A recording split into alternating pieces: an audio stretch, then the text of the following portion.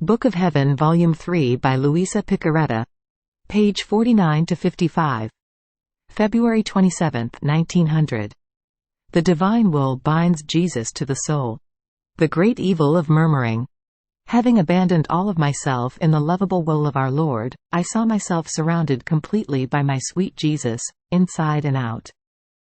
By having abandoned myself in Him, I saw myself as if my being had become transparent, and wherever I turned, I could see my highest good. But that which amazed me was that while I saw myself surrounded by Jesus inside and out, so was I, my poor being, my will, surrounding Jesus as though within a circle, in such a way that He would not be able to find an opening to go out, because my will, united to His, kept Him chained, without any possibility that He might escape me.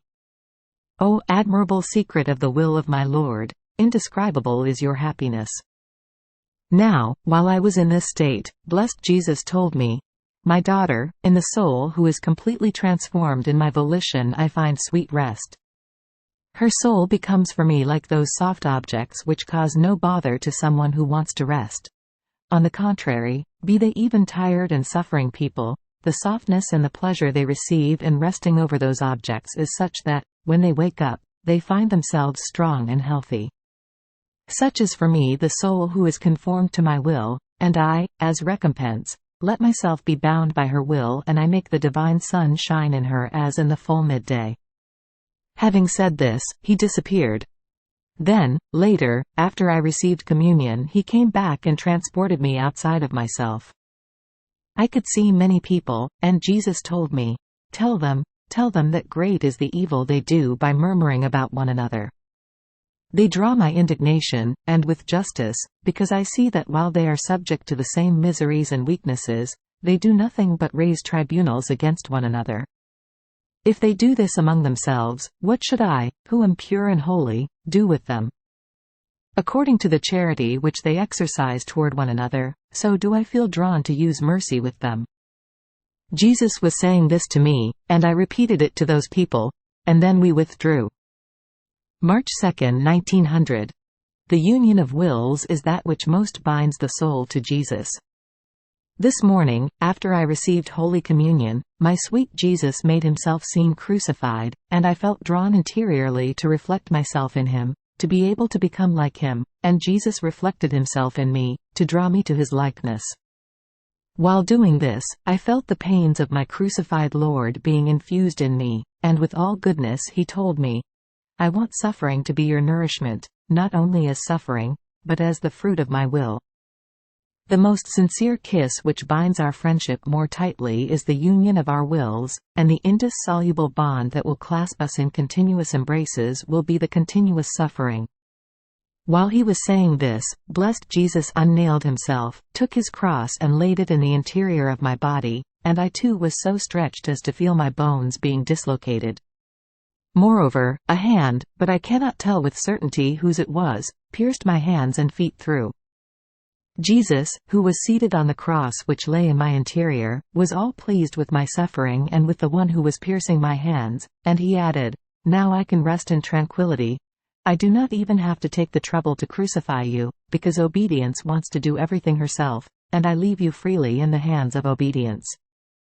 And moving quickly from upon the cross, he placed himself upon my heart to rest. Who can say in how much suffering I remained, being in that position?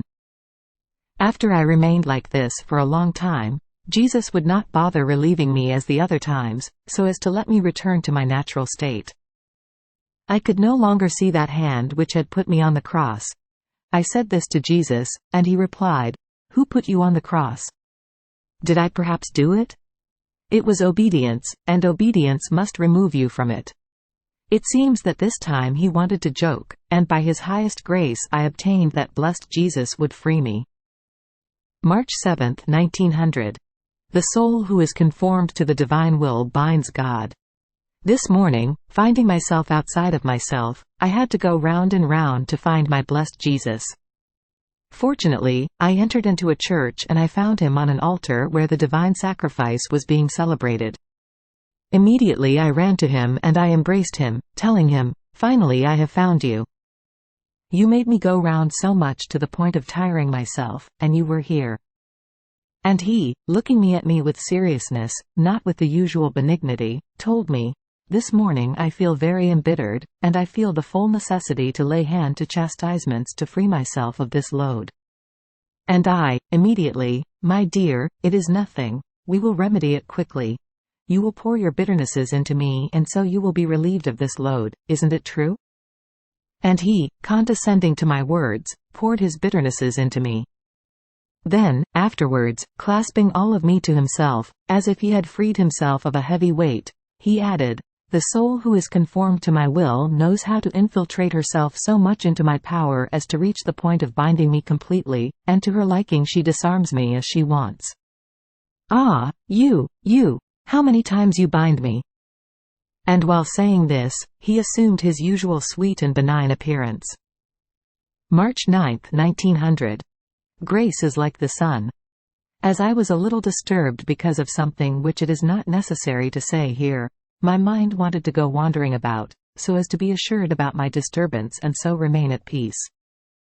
But blessed Jesus, wanting to contradict my will, prevented me from seeing what I wanted, and since I insisted in wanting to see, he told me, "Why do you want to go wandering about?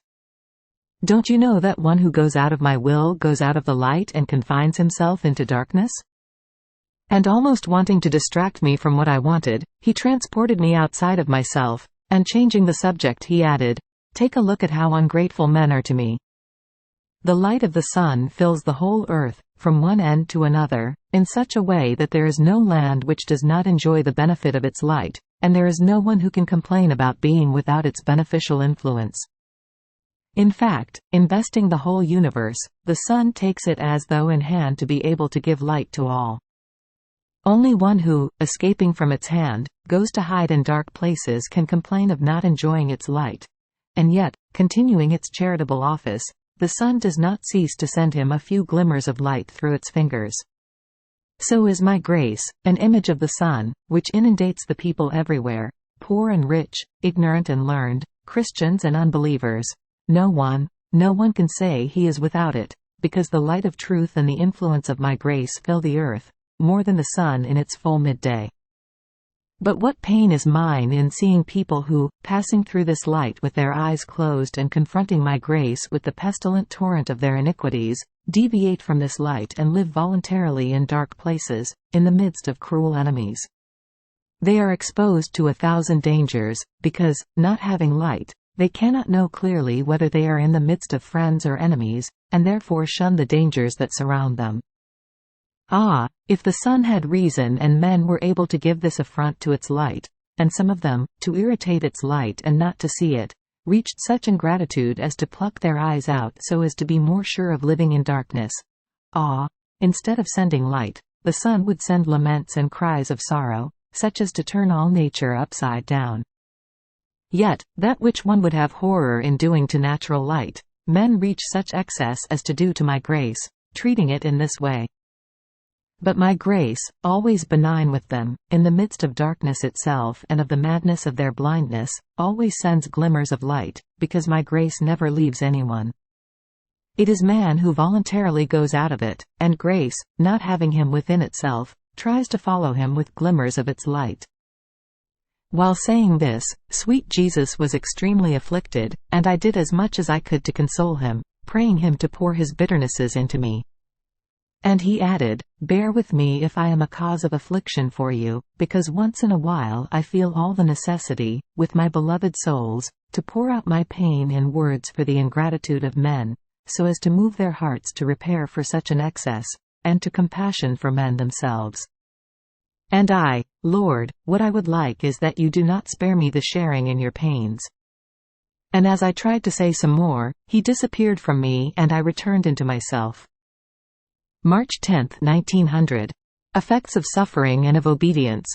This morning, having received Holy Communion, I saw my dear Jesus as a child with a lance in his hand, in the act of wanting to pierce my heart through, and since I had said something to the confessor, wanting to reproach me, Jesus told me, "You want to shun suffering, and I want you to begin a new life of sufferings and of obedience." And while saying this, he pierced my heart through with the lance. And then he added, "Just as the fire burns according to the wood that is placed in it, thus being more active in burning and consuming the objects that are thrown into it, and the greater the fire, the greater the heat and the light it contains. The same with suffering and obedience.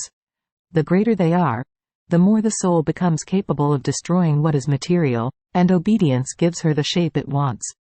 Like soft wax. March 11, 1900. Encounter with a soul in purgatory. It continues almost always in the same way. This morning I saw good Jesus more afflicted than usual, threatening a great mortality of people, and I saw that in certain towns many were dying. Then I passed by purgatory, and as I recognized a late friend of mine, I questioned her about various things regarding my state, especially whether my state is will of God, and whether it is true that it is Jesus who comes, or the devil. So I said to her, "Since you are present before the truth and you know things with clarity, with no possibility of deceiving yourself, you can tell me the truth about my things." And she said to me, "Do not fear, your state is will of God, and Jesus loves you very much. This is why he is pleased to manifest himself to you." And I, proposing some of my doubts to her, prayed her to be so kind as to see before the light of truth whether they were true or false, and to do me the charity to come and let me know. And if she did that, as recompense I would have a mass celebrated in her suffrage. And she added, "If the Lord wants it, because we are so immersed in God that we cannot even flutter our eyelashes if we do not have his concourse. We dwell in God just like a person who dwelled in another body, who can think, speak, look, work, walk, insofar as it is allowed to him by that body which surrounds him on the outside. In fact, for us it is not like for you, who exercise your free volition, your own will. For us every will has ceased, our will is only the will of God, from it we live, in it we find all our contentment, and it forms all our good and our glory." And as she was showing an unspeakable contentment for this will of God, we separated.